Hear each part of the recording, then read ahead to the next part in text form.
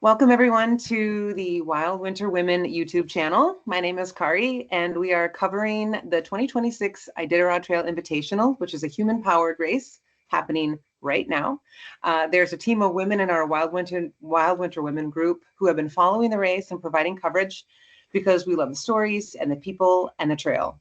It is currently the afternoon of March 1st, and I am joined by my host and local legend in Duluth and Alaska, Leah Gruhn, who's finished the 1,000 two times now and the 350 two times. Just once. One time. And today we have my name is Kari. And today we have the honor of talking with Jen Novobilski, this year's 150-mile foot champion,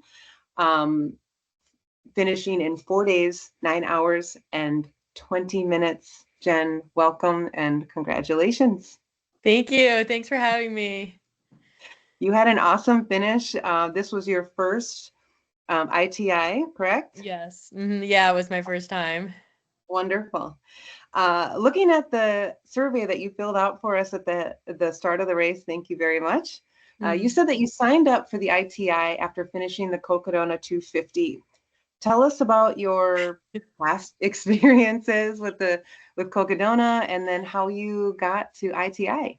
Yeah, so I don't know if you guys experience this, but sometimes after I do like a really big event, there's a bit of a, I don't want to say depression, like where I feel a little depressed, but Cocodona ended in like the first week of May, and I'm like, oh my God, like here the summer's happening, and I've already done the biggest thing that I could do.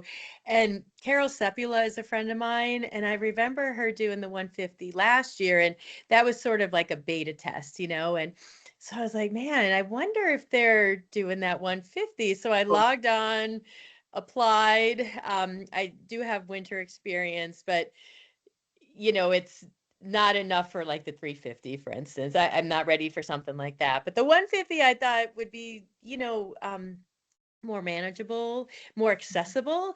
So when I signed up for it, I was invited a week later. So it was only like one more week that it was online. So that worked out, and here I am. Got it done.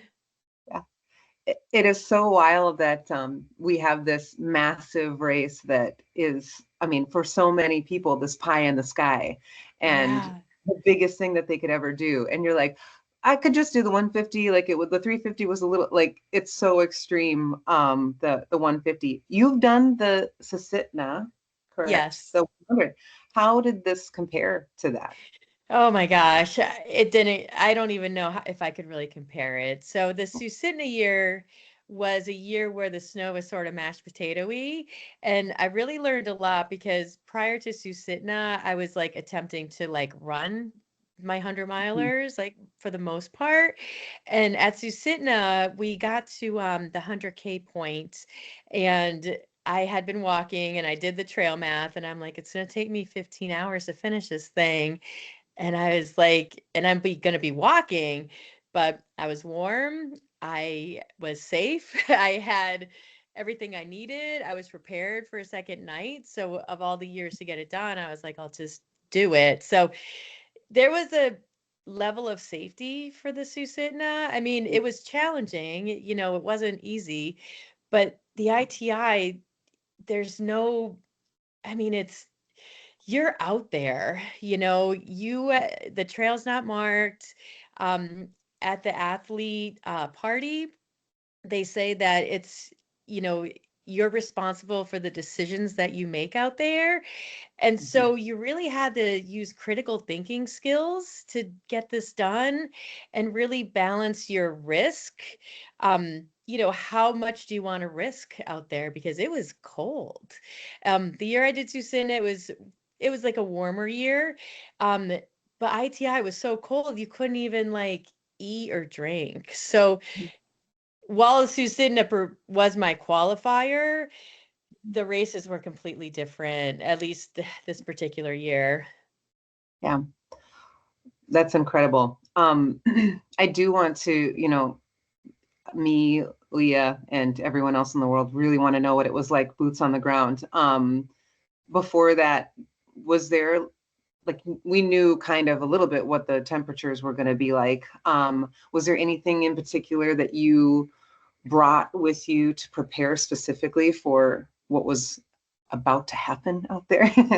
I mean, I almost feel like I was a little underprepared because I didn't plan to bivvy at all. So my sleeping bag was a -20 because that's the sleeping bag for Susitna because Susitna had a required gear list. And so I didn't, I mean, I didn't want to splurge on something bigger than that at this time because I didn't plan to bivvy.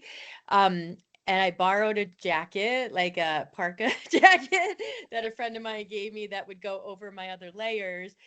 And while we had 5 weeks of -20 here in Anchorage that I was able to prepare in, we didn't have the wind.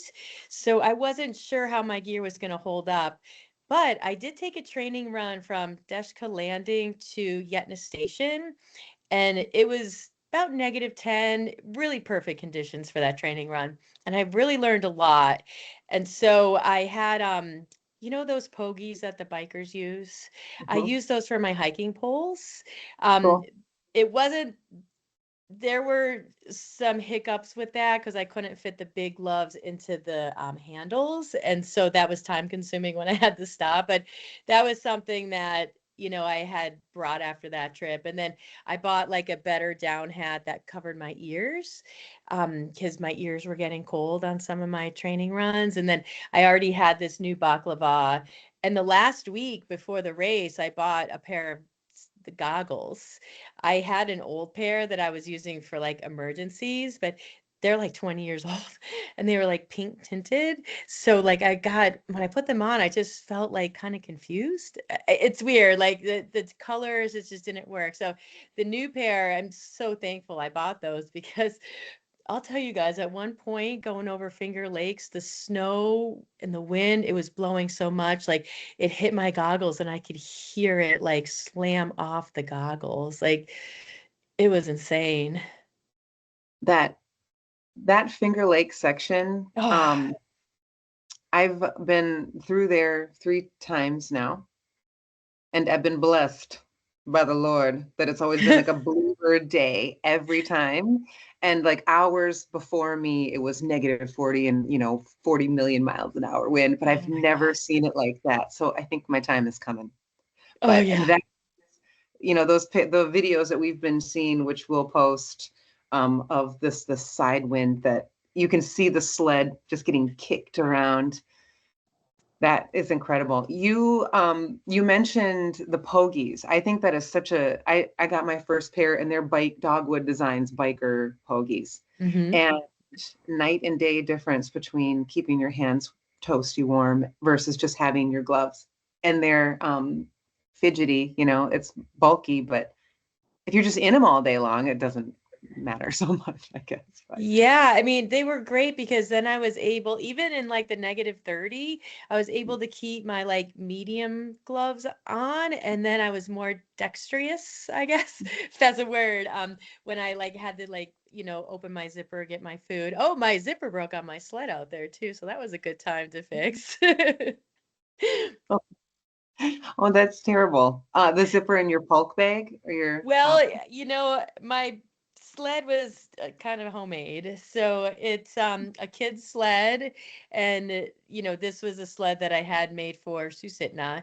And I had borrowed a sled when I did my first Susitna 100. Last year I was signed up, but the race had canceled. So Yeah. this was my first real race with the sled. And so I had runners put on professionally at this plastic company in the valley here in Alaska. And then I had a cover, like it was like a parachute type material. I had my family, like I brought it home for Thanksgiving. My family's in Pennsylvania, and my nieces and nephews colored on it. I had my grandmother sew the zipper. And then my friend Brandon, who's like my winter ultra go-to guy, and we run together like several times a week. He helped me put holes in the parachute thing, and then we zip tied it around. So that was a sled that I had. So there was a limited amount of room because, I like whatever was in there, I couldn't like crush it down. But the zipper at Finger, it was the first time I had to pull my sleeping bag out, and my sleeping bag was like in the back of the sled. And so I pulled the zipper back all the way and it got stuck. So I had one of the volunteers come help me, and he like grabbed my pliers, and then like the zipper, like it got pulled off, which was fine. I mean, it was broken anyway. So I'm like, all right, well, what do I get to do? I get to troubleshoot this, right? I had a Yeah. repair kit.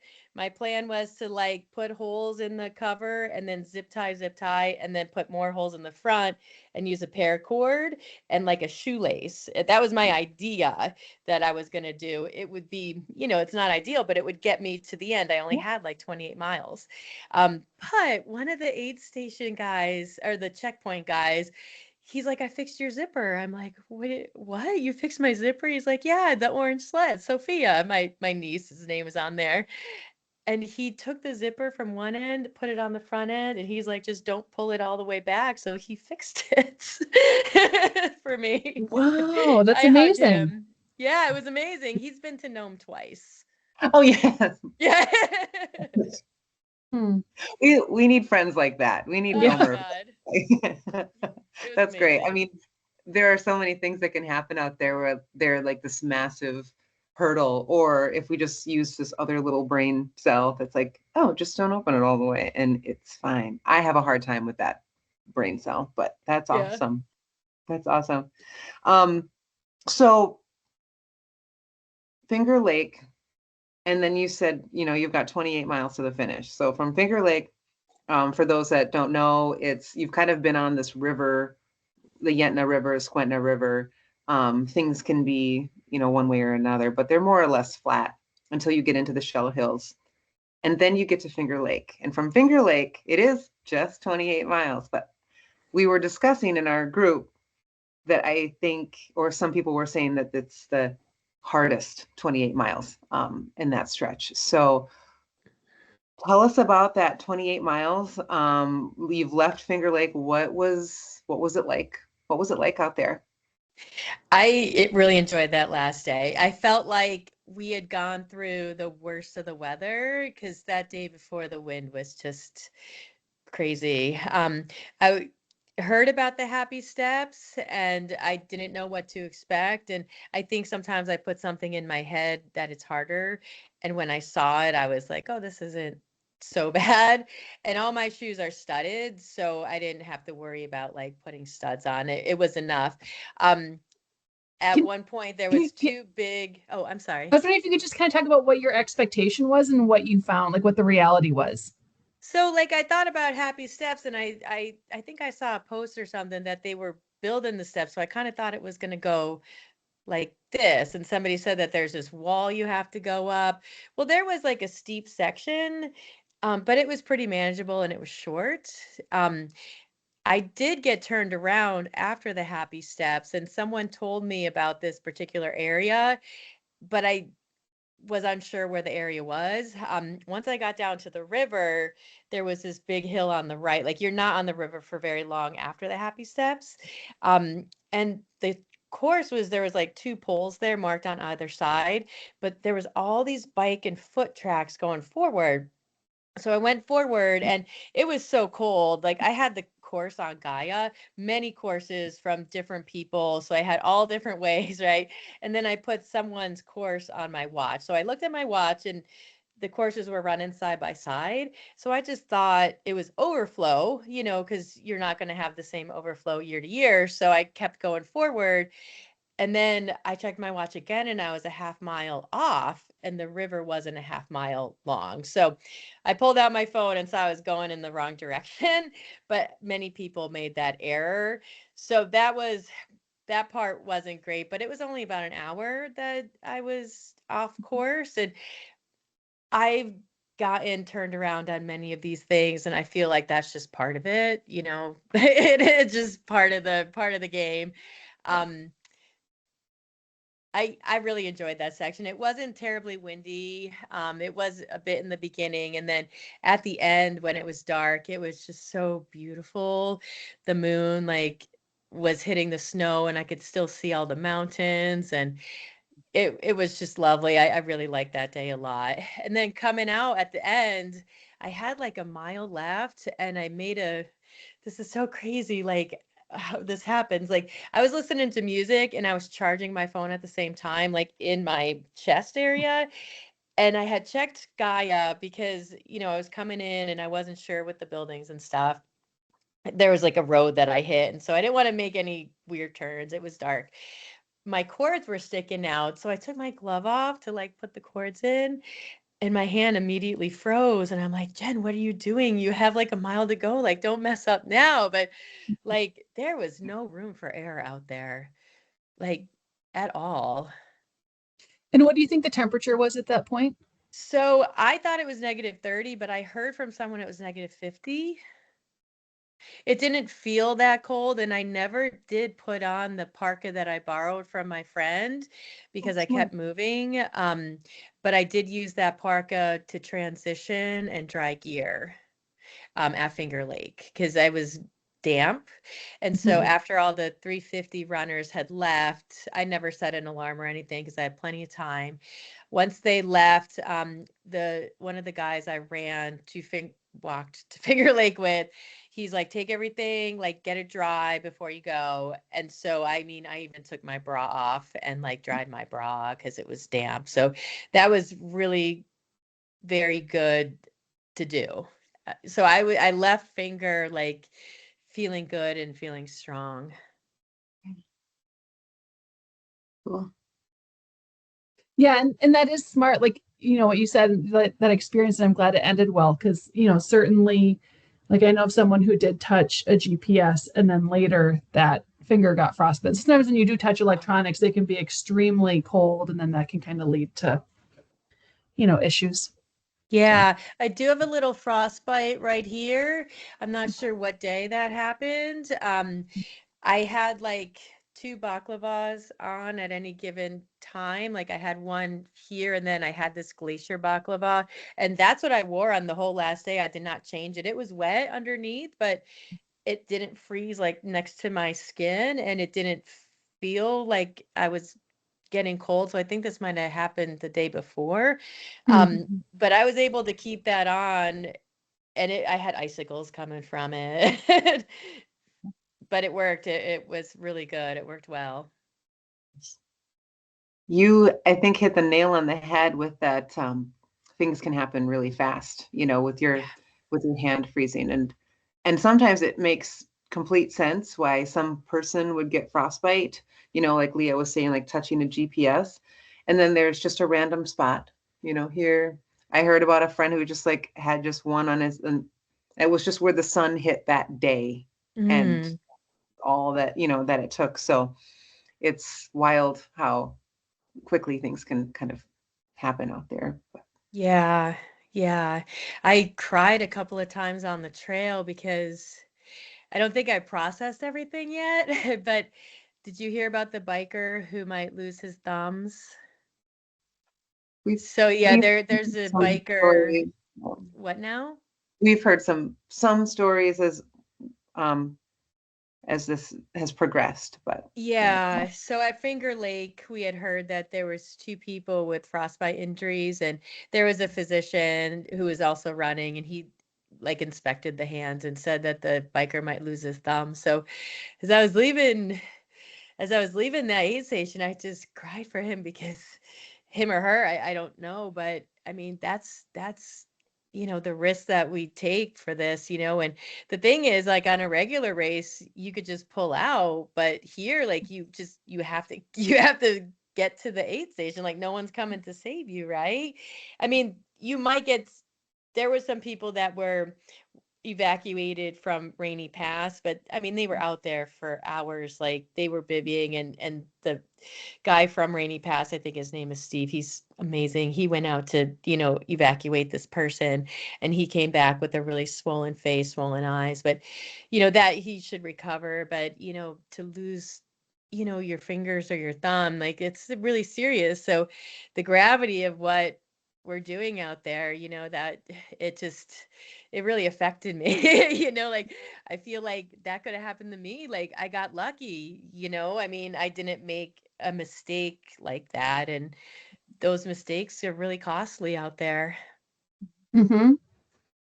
Yeah, they truly are. And the speed of which things can happen, versus how far away you are from self-rescue. If you've got a flash freeze that happens in 90 seconds, but you're still 15 hours from, I mean, it's just, and it's so variable from year to year. Leah and I have both seen every version of Mm-hmm. weather. I mean, I've been up on rainy pass and it was a glorious day. It's just, it is, I don't want to say that it makes us question like why we do things like this when you hear about people out there having a hard day or having a medical issue. But it is, I think either way, it's just a big deal. And I think it's very, it says a lot about you that you had that response to that. Yeah, I mean, like I weeds, but like there's emotions that, I mean, maybe they were like in my body that also needed to come out, right? And so that's one of the reasons why I do these things. And I'll tell you, I was having fun the whole time, like despite all of this, like even when we were coming into Finker, like we had 3 hours of like really sustained cold wind. And luckily I was walking with someone I met at Squetna. I almost dropped that Squetna. When I saw the weather forecast, it wasn't looking good. And they had figured out the wind chill was going to be -71. And I was thinking about that, pre-race party. And he's saying, you're responsible for your decisions. And, weighing it in my head, like, what's the worst that could happen? I have my SOS. I'll press the button. I mean, like, I will do that if I need to. It's not ideal, but that's, I do have that backup. And I felt in my heart that it was going to be okay. Like I just felt it. And luckily, also, I was rooming with Sunny, who's a veteran, and she was like, it's just part of it. And she was really nonchalant about it. And so I was like, all right. Like, I mean, if the veterans are like, it's just part of it, they're not concerned. I felt like I was not putting myself in like really grave danger, because that's where you have to like really weigh the risk that you're going to take. And then I thought, well, if I got out there and it looked shitty, I'll just turn around. I mean, but the first time I cried was when we left Squetna and we started over the swamp, and there was these big snow drifts we had to go over, and it was very windy. And I was like, that was the first time I was like, we are in this. Like, this is it. Like we're in it is how I felt. Man, there was so much, so much happening out there. The swamps, we were in 21, it was so nasty. And oh no, 20, I can't remember, one of those. But it was the Yeah. big snow year, that was 2020. And we like Mm. crossed that swamp and there was like a dead moose in the swamp. I mean, it was Mm. just like, I was like, oh, that's when that moment when I was like, oh, you're in this now. Like, this is real. Yeah, that's how I felt. It was real. And I took this race on like on my own. I didn't go with any friends. I thought maybe I could keep Carol in my sights, but she was like out of the gate fast. Like she was like 16 hours ahead of me, like easy. But you meet people. And so my first day I traveled with Sarah, and that was lovely. We had a great time. She ended up getting like some trench foot and needed to dry her feet at Yetna longer. And I didn't want to stay at Yetna for so long. So day 2, I went out on my own, but felt safe. And then Squetna, I got up in the middle of the night 3 times to check the weather and see who was leaving, because I didn't want to go out on that one on my own. And I wasn't even sure if I was going to go. But at 1 a.m, it was awful. Wind was blowing, like it was scary cold. 3 a.m, I watched people start, slowly going out. The French woman had gone out at that time, and I thought maybe she was one I could maybe go with. I thought she was doing the 350, but she was stumbling down the stairs. Like, I think she had injured her knee. So I wouldn't travel with someone who, had a potential injury, because that could put me in danger, because I'm not going to like leave somebody out there. You know what I mean? And then at 6 a.m, that's when, I decided to go out with Jason, who his partner that he was traveling with had dropped. So he and I spent that day together. And, there wasn't a lot of talking because it's really windy and you can't hear. And then the trail, if you're side by side and the footing's not great, you're just expending more energy. So I was behind him or he was behind me, and we just like kind of went back and forth, and it was like a march. But I mean, he was like a pro. I felt like a pro. Like when we finished that windstorm, like I was exhilarated. I mean, I know a lot of people had it worse than us. Yeah. But I sort of changed the story in my head, like it doesn't suck. It's, oh my God, look at what I'm doing. Like, this is amazing. I'm a fucking badass. Like, look at this. Like, I just put my head down, like the wind was coming. I just had it hit me here, and just like, it knocked me off my feet a couple of times, but never knocked me on the ground. And Annie was crawling. She was in that for 10 hours. Ugh. In that Yeah. swamp from Squintina to the Fell Hills, or the coming into Finger, that windstorm. She's the one that's featured in the Instagram post. She was the one coming across the lake. She told me she was in that for 10 hours. Yeah, and we luckily were not in that for 10 hours. Like, I didn't check my watch, so I really don't have any idea, but like I would surmise that it was about 3 hours that we were in it. Yeah. Wow. Which is still a lot. It's a lot, yeah. It's not 10. And then coming across Finger Lake was also like, I mean, I just see Jason's like stripes on his jacket in my mind. Like the wind was just blowing and the snow drifts, and like it's like fresh snow now because like the trail's gone. And I'm very thankful that I traveled with him, because I think I would have missed the turn going into Finger if I were on my own, because it was a little bit of a tricky turn right there. And he was like on it. Like he knew like which way to go. And then like I didn't even realize we were going to cross the lake at that time. But like, we just got our gear and just, went for it. And it took a while, longer than I anticipated. I could see the lights, but it took a little while to get there. It was a lot. That's Alaska does that. It's, it's just right there. I should be able to get there soon. And an hour later, like, yeah, I'm still walking this way. Yeah. It was, I mean, the swamp and then the Finger Lake crossing was definitely the two most intense experiences I've ever had on a trail, like 100%. Wow. Yeah. Cool. Yeah, it was cool. Yeah, now that I'm home in my warm condo. But no, I mean, like I said, I enjoy myself the whole time. And if I've DNF'd a race before because I just didn't want to. Like I've had one DNF and I just, in my head, I was like, I'm not having fun anymore. And then my body followed. I think that's a valid excuse to like stop one of these things. Like if you're not having fun, then what's the point, right? Like we are out here because we want to have a good time. So if we're not having fun anymore, like why would we continue? Right? Yeah.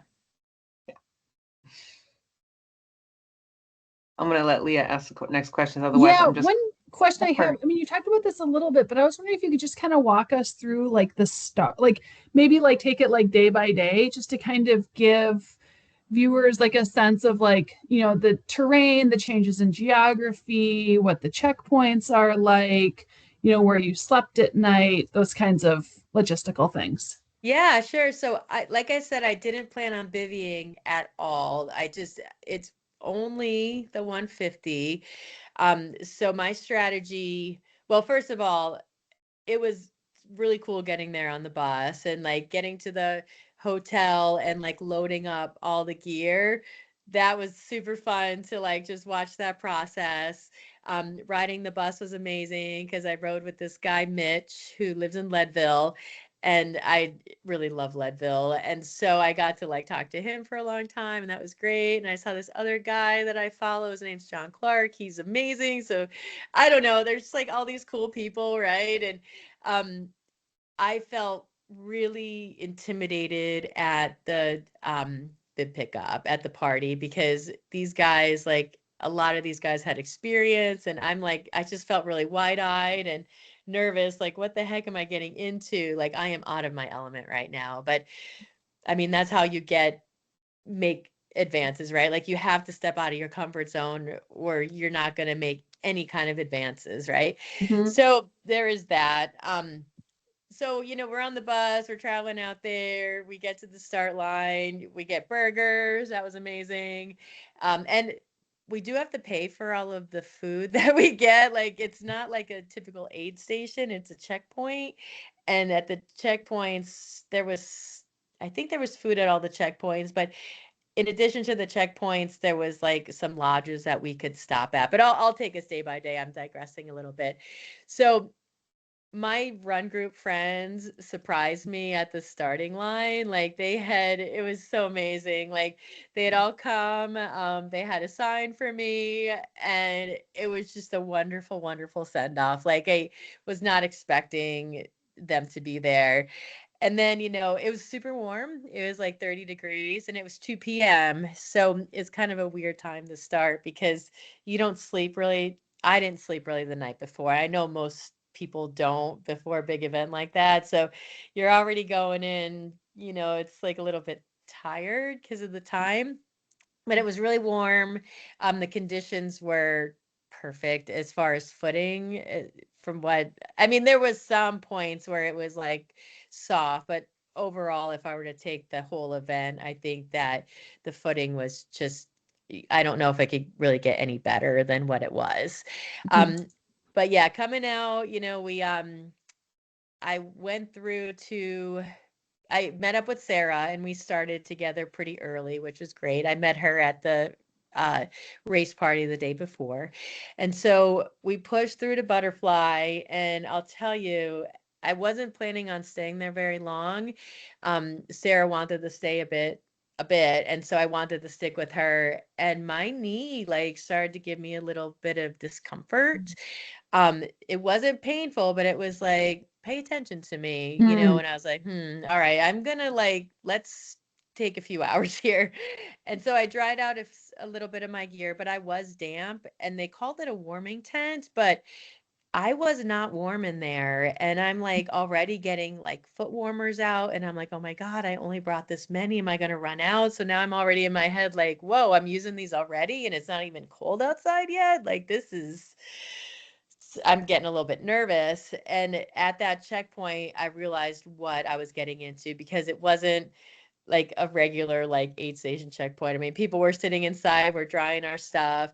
I ate like 4 burritos in there. Yeah, because you have to eat like while you're stopped because while you're out on the move, if it's super cold, you can't really keep up with your food and your nutrition. But I wasn't planning on dropping at Butterfly, but I was like looking around thinking, okay, this is going to be a lot. Like this, you're cold already. Like, you know, this is like just pay attention. And so when we left that checkpoint, I was warm again. So that was real good.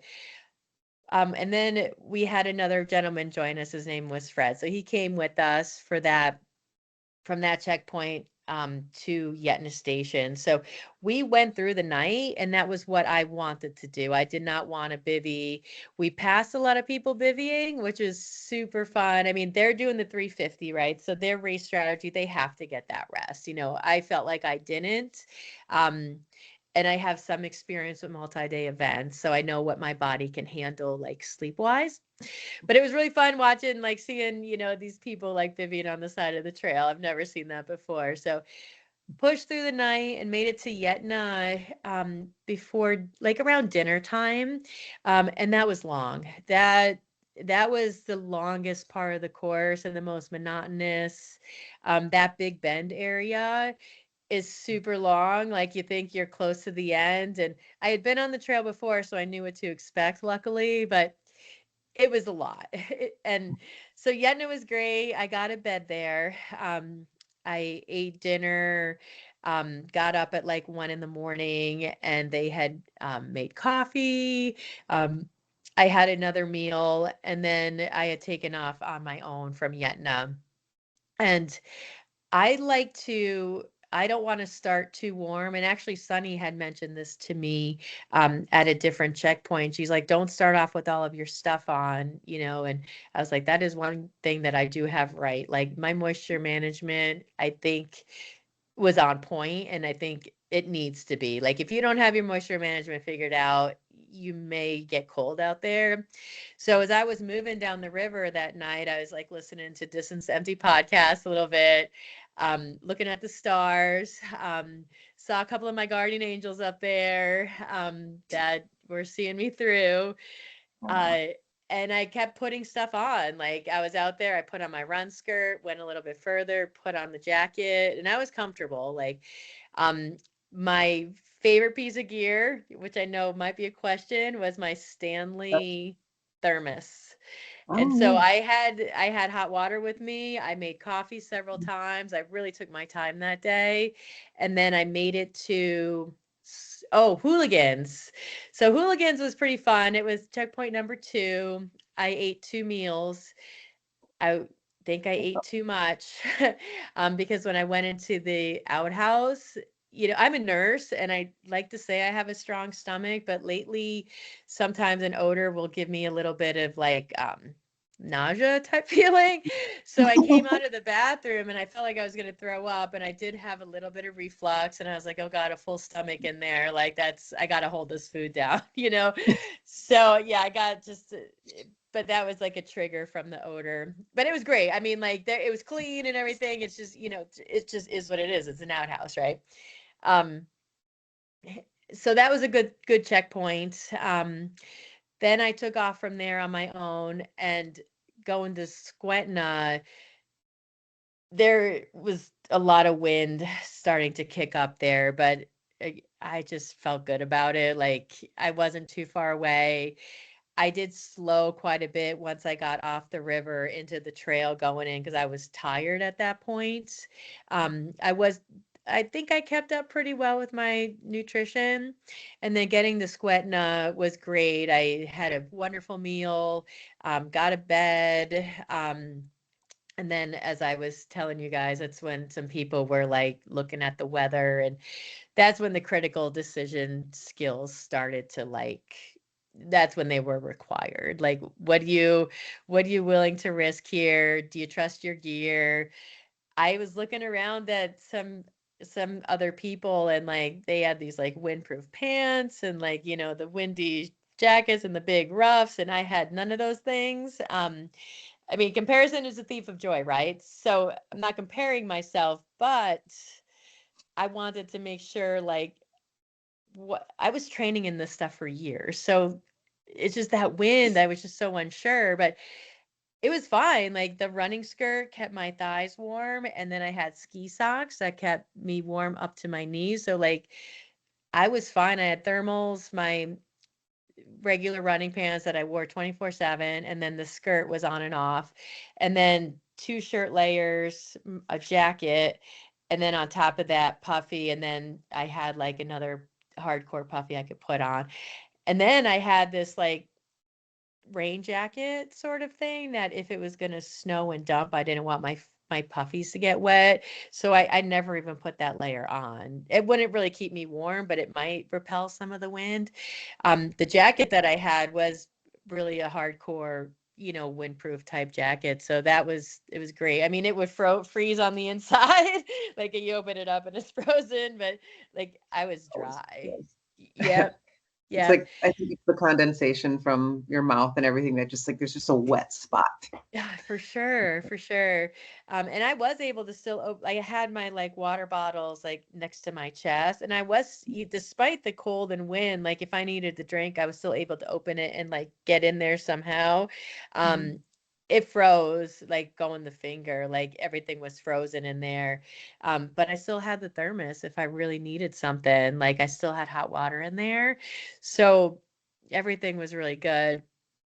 And then I think I talked about already like the travel on that. Is it third day now? I was making a reel last night and I'm like, what day was this? Why is this math not adding up in my head? So it gets like, a little confusing with what day it is, right? But I'd say that windy day was like, it was one of my favorites just because I've never done anything like that before.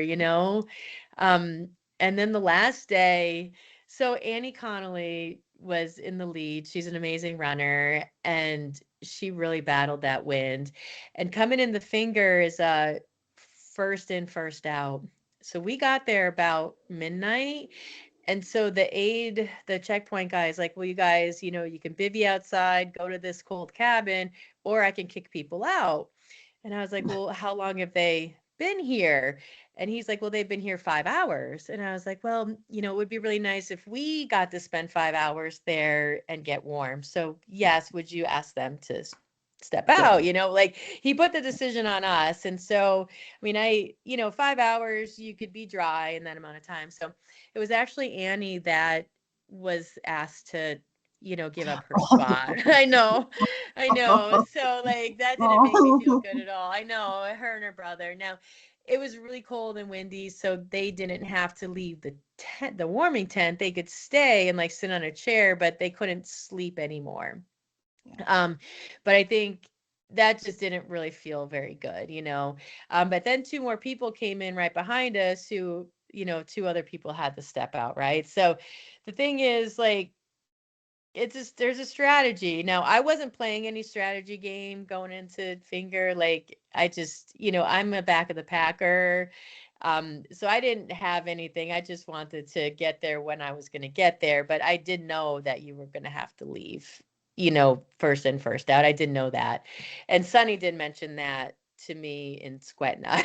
So, there's no reason to like leave at 2 a.m. if you're going to get kicked out of finger, so leaving at like 7 in the morning, like that was way better decision to make. There was a lot of strategy involved, a lot of decision making. So I felt really like terrible that she and Mike had to, leave their spot. They had ended up starting too early and going out like I think a 14-mile round trip. I think they went out 7 and decided to come back. The winds were really bad. And then Mike had like an Achilles injury. So when I woke up and he was there, I'm like, oh my God, like what happened? And so they had come back. So that's when, Annie, they had dropped. And then Annie's like, you need to go catch that French woman. You can win. And I was like, oh my God, I can. She had left a couple hours before me, and I was not going to rush out of there because like my goal was to just I had no ego behind this race. Like I've done a lot of these things. Like I didn't have any ego. If I was going to scratch, it's not a DNF, it's a scratch. I mean, they are completely different. If there was a safety concern, if there was an injury, like it was easy decision to make to not move on. This is a major, like you could really get injured out there. So I didn't have any ego behind this. But when Annie said that, and then she's like, I'll give you $20. And I was like, oh my God, like I could do this. Like, and then I was like, oh my God, like this is like I could win this thing. Holy fuck, right? Sorry, pardon my French. So I finished drying my gear, and then, Sarah had come in and she needed to stay for a while. So, she was doing her thing. And I was like, I'm going to win this thing. I'm going to go get her. I'm going to go get her. We need an Alaskan to like, and plus I knew that she was limping down the stairs in Squetna. Like, and I felt strong, like, so I ran that last day as much as I could because I wanted to catch her. And so when I went down the wrong way onto the river, I was like, I never saw her. And I was like, oh my God, that's a whole hour. but I was still moving good. So I still continued the run because I was like, maybe I'll get her, and I passed two guys out twice, like coming into the river and then towards the end because of the mistake that I made. And I never did see her, but I heard later that she was like only a mile ahead of me before the river area. And she too went way further than I did. I think she was like a 10-mile mistake, which, it doesn't really feel great to, take a win when mistakes have been made by people. So like that, it doesn't feel great, but like that's part of it, right? I do believe that even if she didn't make that mistake, I would have caught her. Because I was so close to her at that point, and we still had many, many miles to go at that point. So yeah, I remember passing this guy James, and I'm like, I'm gonna run. Like I need to go catch that French woman. So that really kept me motivated. Moving through the end there. So it worked out for me. It was great. That was great. I love that. So that's kind of a little synopsis there. The I'll give you $20 is like the most badass, like wild winter women, like go get her, like go compete. Like they are races, and we do get to compete with each other, and that's what's fun about it, like Yeah. and leaving the ego behind and also still going out there and competing can be two things. Like the ego is the thing I feel like that will kill us eventually, we're like, but like going out there and just having fun and seeing what you can do. I'll give you $20. I love that. That's going to make me feel good. I think that's so cute. But yeah, and it doesn't feel good to like, we like, at least personally, like when I want us all to go and I want us all to finish, like if you're a woman towing the line at these races, like go out there and like get it done. And I rest assured that nobody was freaking out when we were dot watching all these people take this long ass route. We were completely normal and very like not emotional at all. Like nobody was freaking out. We were yelling at the computers like, no, don't go there. Taking it like, turn around. Someone tell her to turn around. Yeah, but yeah, that was it is part of it, getting detoured. I've done it. Leah, have you taken a bonus miles detour on the Iditarod Trail? Not well. Oh, sure. Yeah, I have. And I've also won a race because someone else, took a detour. So really? Yeah, a gravel race. Someone took a wrong turn at the end, and then I finished. And then they were like, "Yeah, you won." I was like, "No, didn't this other person finish like 5 minutes ago?" And they're like, "No, we haven't seen her yet." I'm like, "What? What happened?" So it happens. But yeah, the Iditarod Trail is so hard because there are so many different routes. So you can be following a track, but you also like it's partially like following the line on your GPS, but partially like knowing that like you need to be flexible and knowing that conditions change from year to year and the trail might not be in the same place. And so it's kind of tricky, especially like your first time there, to know like how much latitude to give the line to move around. Mm-hmm. Yes, for sure. Amazing. I think Leah has the next question. I was wondering, and maybe we've already talked about some of them, but like, I had a friend who was an Iditarod musher, and he talked about the Iditarod Trail, and he's like, I've had my highest highs on that trail and my lowest lows. So I was just wondering for you, like, what would you say was your highest high and your lowest low? That's a really good question.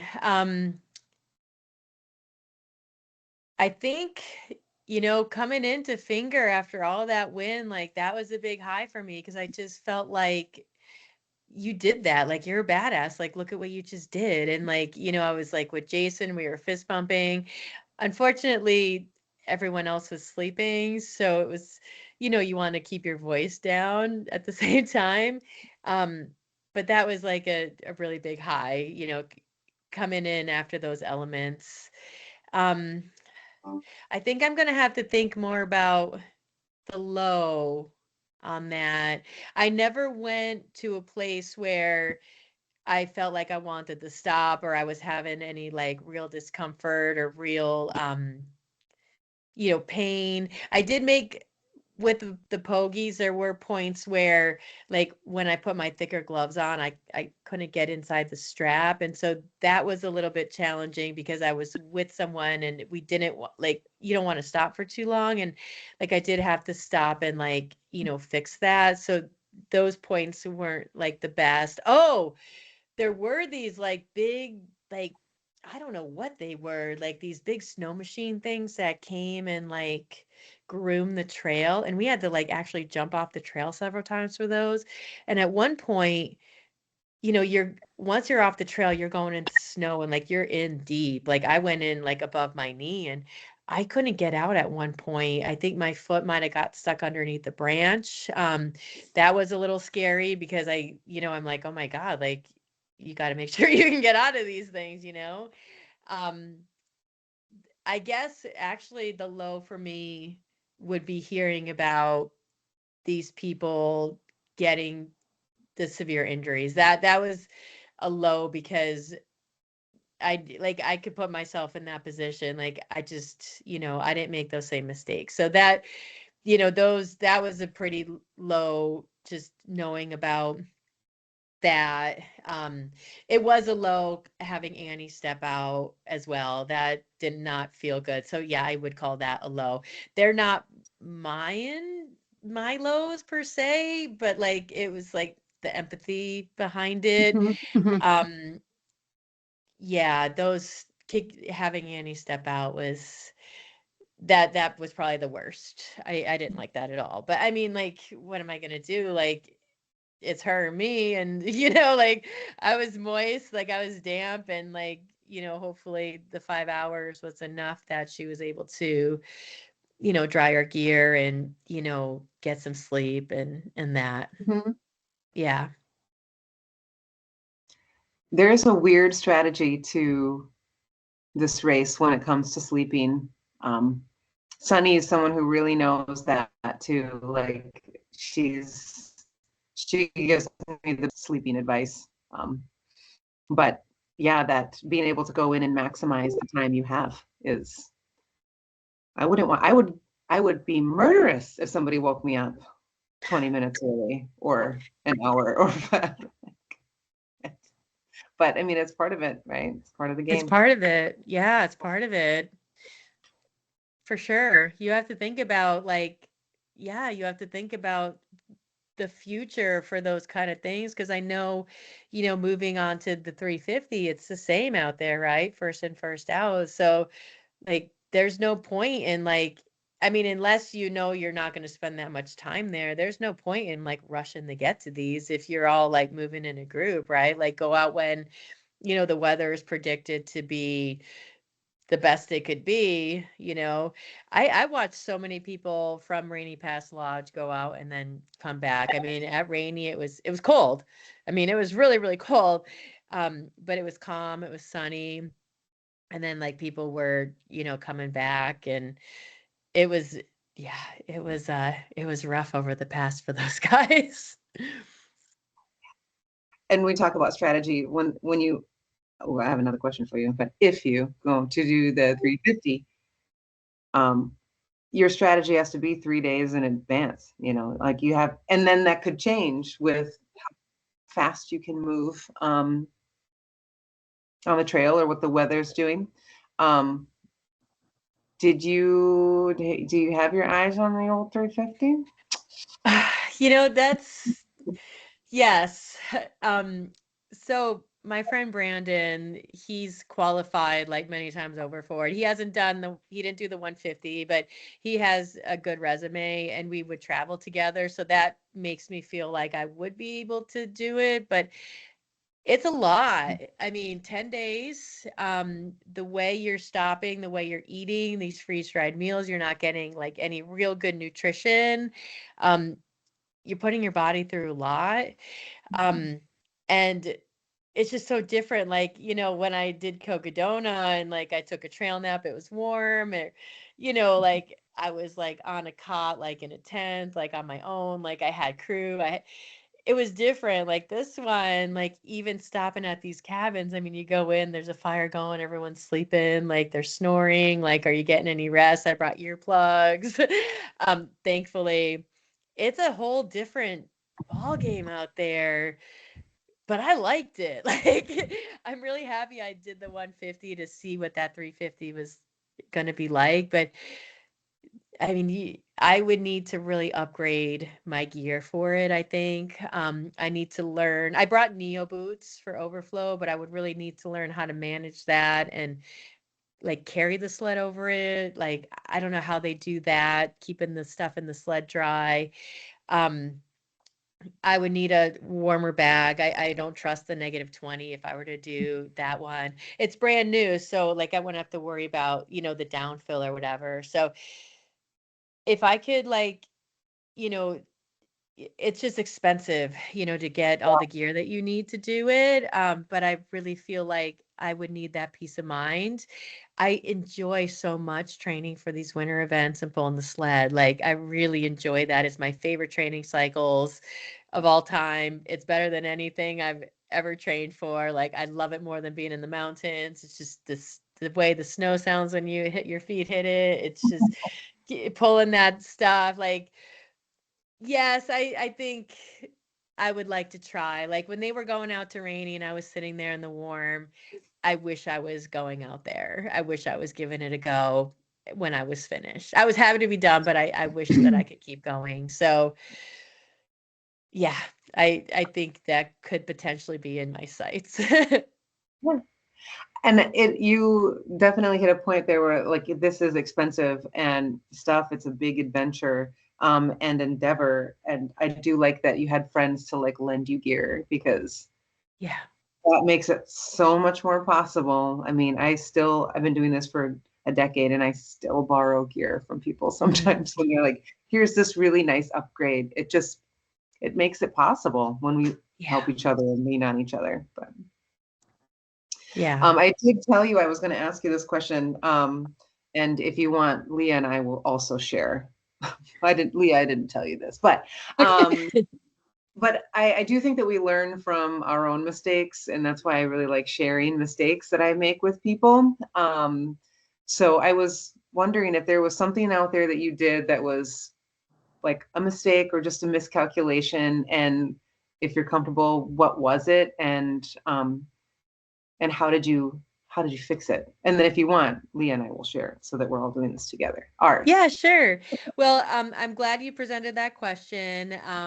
I came up with my answer. Like it took me a few minutes to think about it, but I burned my puffy pants at Finger. So it was, so it was really crowded in there and there was like a clothesline. So you had the fire and then behind the fire pit was the clothesline and then clothesline on this side. So the clothesline, and I heard from friends that your gear will like go missing. People will pick up other people's gear to label everything.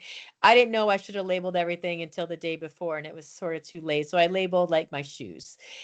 Because I heard people have taken other people's shoes. And people, like said they left someone with like two like left feet or something. So yeah. So like, this clothesline was open behind the stove, but I had to like step on a piece of wood and like kind of move my body because someone's sitting on the chair over here. You don't want to ask them to move or, you want to, respect space. And so anyway, I was like reaching over to do that. And while my pants never touched the stove, the heat from it burned the material so that I could smell it. And then I looked down and I'm like, oh no. And my goose down feathers, I was like hemorrhaging feathers. So I'm like holding on to it as if I had this like bleeding emergency, but I wasn't bleeding. I was bleeding like goose down feathers. And so it's like going all over the place. And I was like, oh God. So luckily I have tape around my hiking poles, duct tape that I just do this number with. Smart. It's been like that for years. So I had that, but they had tape right there, like at the table. So, Annie actually was like, oh, tape it up and down because of your zipper. So I just taped it up and the tape's still on there.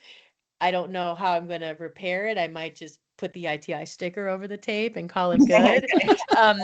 But yeah, that was definitely a error to get too close to that stove there. I had no idea that it would burn you just from being like, it was probably about this close.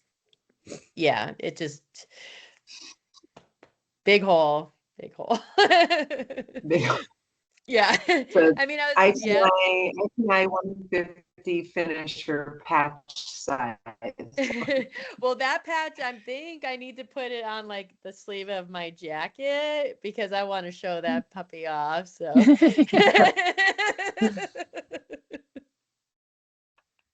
I love but it. I would love to hear your stories too, because I really truly learn from other people's mistakes. Yeah. We don't have to make them all. We can learn from other people, right? Right. Then we get to go out there and make our own. Mine was from my first Discobia, and I didn't know. I had never thought about it, but you know, you have your pit zips. I have to unplug this here. We have our big pit zips, and it got really cold that night. And I had these giant mitts. And up until that point, I had no idea that that would be an issue. And I couldn't unzip and zip my pit zip. So I was like walking, it was very cold. And I just kept getting colder and colder. And it was just, I was hemorrhaging heat, but I couldn't get them zipped. And I had to ask a racer, like a person walked by me, and I was like, could you zip me? And I'm sure he walked away like, this newbie girl is asking me to zip her pit zip. But yeah. After that, I put big like strings on. So that now I don't need to, now I can shove my mitten into there and just unzip it. So I had somebody like help me do my around my neck, and it was just easier for them because I mean it was hard for me to look down, and he was like standing right there and like, could you help me? Just was like 5 minutes faster than me struggling. Sorry if I interrupted you, Leah. Yeah, I have had to go and like zip up the jackets of a couple guys, you know, on two different occasions. They've been like, I can't zip up my jacket just because their hands stopped functioning. So I feel like the parent and like zipping up the kid's jacket. It's pretty cute. Yeah. Yeah, for me, like, I mean, it's like, I don't even know where to start talking about lessons learned. Like, oh my gosh, like I could go on and on and on. But I feel like one thing that I still haven't figured out is like the whole like face covering when you have wind chill of a, you know, negative bazillion, like right at your face. Cause that's something, you know, I feel like that's such a kind of location specific thing. Like I live in Minnesota, and like, you know, the trails go every which direction. Like I'm usually in the trees. If I'm in a wetland area, like I can usually just put my hood down and protect my face. Like I'm never going into the wind for very long. You know, maybe just for 15 minutes or something. So like the really unique thing about Rainy Pass, where you're going like straight into the wind and it's coming down at you and it's minus 40 and blowing at, I don't know, what, 30? Anyway, a lot. You know, that's a really unique situation that is really hard to test and really like fine tune. So in 2024, I was doing the 1,000-mile ITI.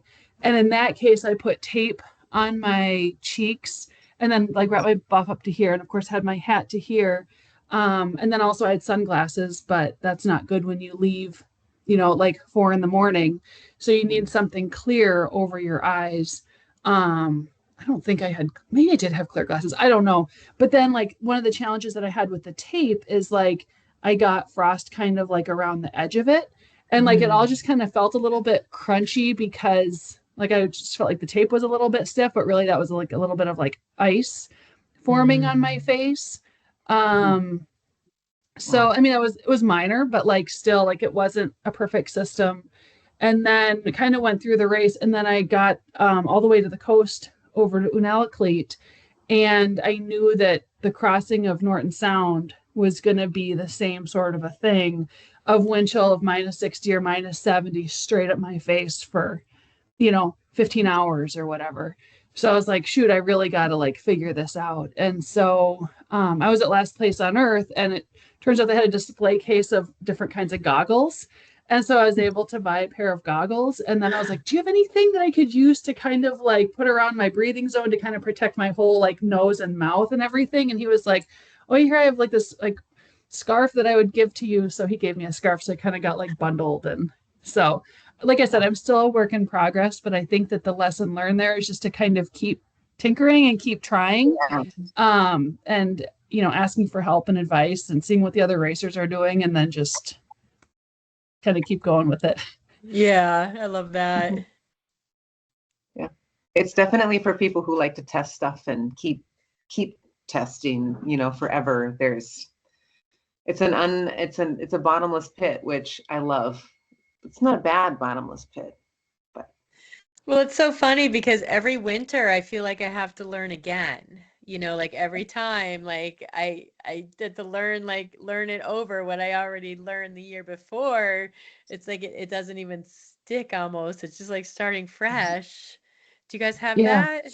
I take really detailed notes after every race, even if Oh. it's like, you know, an 80-mile, like Tuscobia is like a 1-day race. I'll still say like what I did that worked well that I should do again, what I should like lessons learned, like what I should do differently. And then things like figure this out before next time. Like if I don't have the answer, it's like figure out like a better face protection system, or like figure out some kind of different insulated pants or skirt or shorts. Like you need something different, you know, like, so I'll just kind of make notes on all that. And then when I read it a year later, like I would have had no recollection. You know what I mean? It's just like, oh yeah, dang, that's a good point. I had no idea that that happened, so that I won't keep making the same mistakes over and over. Okay, that's what I'm gonna do after this is over. and then, like what I like to do is just like Leah, like write a list of everything I took, every Band-Aid, every like little pill of Imodium, you know, everything. I do And have then when something I'm with that. and then when I'm done, I write down like did not use, did not need, don't want. Imodium for me last time, didn't need, will take again, which is a segue to the story that you are going to tell us about Imodium. Yeah, yeah, so my knee at the last day started to bother me again, and you know, I was like, oh, I had it medicated the whole time, so I'm like, all right, I'm gonna take some ibuprofen now. And so when I pulled it out of my vest, it was like a ball of all the medications I brought were in the same bag, and they were all balled together and all like frozen, like it's frozen blocks. So it's like bite off some ibuprofen, like thinking, I think this is 800 milligrams, three, you know, but maybe 600, like was the goal was 600. So I think I took 600, but like they were like pieces, and so they like bite from this like ball of meds. It was, Amazing. that was crazy. I was not expecting that. Yeah. I love, like, well, you said you're a nurse, right? So like, you know about Yeah. how much was, I'm guessing. Yeah. I mean, I did bring enough that if I had an injury, I could, you know, but I don't think I took too much of it, which, you know, and I was pain free and no pain after now. Like everything is just fine. You seem to be like doing well. So. Yeah, I'm doing great. Yeah, I mean, you looked, I just had on my notes here with your trail coffee. You looked comfortable when it was like not the freezing, you know, when you have to like seal everything in. Is that what Stanley was? Who's, you know, your guy Stanley, the thermos? Was that your trail coffee you were enjoying? Oh yeah, it was. So like on all my training runs, I would fill that up with coffee and feed coffee to my friends. So I was carrying it like all winter and I loved it. And then I didn't want to make it all coffee leaving Yetna because if I needed water for whatever reason, I wanted to have that available to me. So I brought instant packages. And, you know, I swear, like, I started going through them so fast and I had pulled some out of my bag because everything adds up, even though they weigh nothing. I was like, you know, I'll have 2 a day. And then I'm like getting into my 3rd cup and I'm like, oh no, I'm going to run out. And it's like, you know what? And this happened with the hand warmers. And I've realized now, like, just use it when you need it. Don't wait and save it because when that time comes, you'll be able to figure it out. And so luckily I did have that, and I came home with like 4 packs of coffee. So, you know, coffee was on that day, but leaving Finger, there weren't many people leaving at that time. Everyone had already gone. So I filled the Stanley up with hot water and Tang, and I had that pre-mixed. So I drank Tang on the way out, and I did stop and drink that, and it was really enjoyable. Like, it just, you know, a little bit of pick me up like that. It gets you warm. Um, it's just a little something to look forward to. You can't stop for too long. But I really like that system, because then you're getting nutrition, you're getting sugar. And for the coffee, that was like, I needed the caffeine, and I just love coffee so much. So yeah. As you should, as we all Yeah. should. Yeah. There is something about like Tang in Alaska that just hits you Yeah. right where you need it in your soul. So good. Yeah, I mean, I have just my one last question that I was going to ask you. Leah, did you have another question that you wanted to ask? Maybe just one quickly. What surprised you? What surprised me? Mhm. Like the gravity of like how out there you were. Like, Mm. just the conditions were unforgiving. Um, and you were like literally like you were out there, and it was like you and your decisions and what you were choosing to do. And um that, I mean, I knew that going in, right? Because like it's in the race guide, you know. It tells you that, like, but to really be out there and experience like those snow drifts, and then, you know, being on my own, I feel like I lost the question. What was the question again? I'm so Just what sorry. surprised you? The camaraderie did not surprise me, but that was really a nice bonus to, like, Yeah. you know, have this community out there. So maybe that was a little bit surprising. So one of the reasons I would consider coming back is because I really liked everyone doing it. Like, everyone was super chill, super kind, just kind of rolled with everything. No one was anxious about anything, even when the shit was going wrong. Everyone was just like in it. And so that was really nice, you know, like no one was like up in arms, or, you know, there was none of that. It was all just like, we're just getting through it in a calm, consistent manner. So that you know, that community surprised me a little bit, because it's really strong, and I want to be part of that. I like that a Cool. lot. um the snowdrift surprised me. I thought, you know, with the windstorm and stuff, if I can get ahead of it. And then when I talked to one of the bikers, he's like, yeah, but if you get ahead of it, then you're not going to have the trail because of all the snowdrifts. And I was like, oh my gosh, I wasn't even thinking about that. Mhm. Um, Also, what surprised me is whenever you step off the trail, you're in this like really deep snow. And I didn't realize like how severe that was going to be. So if I were to go back and do it again, I didn't train in snowshoes. I had them, and I practiced a little bit with them, but I didn't practice enough that I would have brought them. But for the 350, like, I would have to put snowshoes on to go out somewhere to bivvy, because you can't, like, if you're off the trail, like, I don't know what's under there. Oh, another surprise. Sorry. There was this overflow underneath the soft snow. So Sarah put her pole through it, and then there was water, but the snow was like this soft layer, and then air, and then water. Like, I didn't realize overflow formed that way, like where you could, like, there wasn't an ice bridge, you could just go in. That was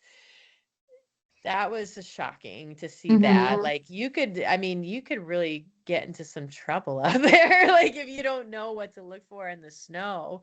So that's something I need to write down on my list, because I need to learn what that looks like, to avoid any kind of problems. Because when you see the overflow, you can prepare, you can put your boots on, you could do your thing. But I mean, something like that, if you could just step in it and not even know it's ahead of you. Mhm. I've Yeah, stepped the in that snow. before. Yeah, the snow can mask a lot. Yeah. I stepped in some once where I stepped down and I stopped to look at something, and the feeling of the rush of cold water into my shoe is a nightmare that wakes me up still to this. I mean, it's just like there's so many different ways that you can die out there. Yeah, it's true. I don't know how else to say it, but yeah, I mean, it's wild. It's wild. And then there we are doing it. So, Yeah. Doing it. Which is like a perfect, like, I do have this question for you. So let's say past Jen, 1 week ago, Jen, standing at the start of this race. What's one thing that you could tell her if she was worried about or concerned about, or so what's one, if you could go back and tell her one thing, what would it be? Just follow your gut, because you know your gut will tell you what to do. Like if your gut says it's not going to be good, follow that. My gut the whole time said, you got this. You got this, like that. So just follow that. Enjoy yourself, which I try to do anyway. Take your time. Be positive, but I do that anyway. Yeah, just follow the gut, because that's not something that, I really needed to use in previous races until this one. Also, something interesting is that, like, I looked up, that with AI, Meg had sent me Natalie's resume, the two front runners for the 350, because we yeah. were like friends, and like she's amazing. Like both of these women are just, I mean, I fangirl my friends and I fangirl both of these women, like 100%. So, I also like went and I was like, oh, who is Jen Novobilski, for fun. And it told me I completed the ITI. So I was like, oh my God, it's already written. It's done. Like I got this now. Yeah. Oh yeah. Yeah, now So it's like I need to go chat GPT myself, but right. Go do it. It's so fun. yeah, like it tells the future. Yeah. And then like I looked up into the stars a lot, and like I don't know, one of my aunts died the day before I went out there, and she was someone that was, close to me growing up, and she was out there, I saw her in the stars. She was out there following me. So keep yourself open to these kind of experiences, because my spirituality tells me that those things are real. And this life is just, we're all like one, and we're kind of projecting ourselves into this body and this life, and try not to live in fear. Just take things as they come, and take a risk. Love it. I love it. I love it.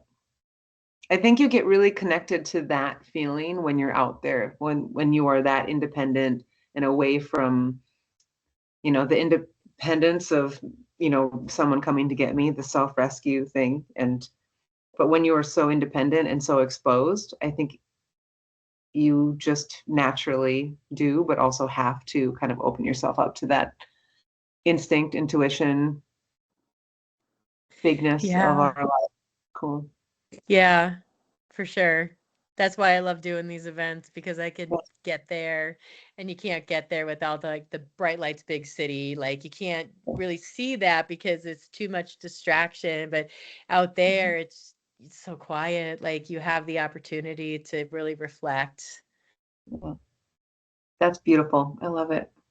Thank you, Thank Jen. you. Thank you guys. It was such a pleasure to like be, speaking with you guys. I mean, it's a pleasure to hear about your adventure. I mean, I always think about with first time races, like you only get one first time, and this was yours. So thank you very much for sharing it with us. Thank you. Great. Okay. Thank you so much. Thank you. All right. Bye. Thank you, ladies. And Oh, and then she hung up.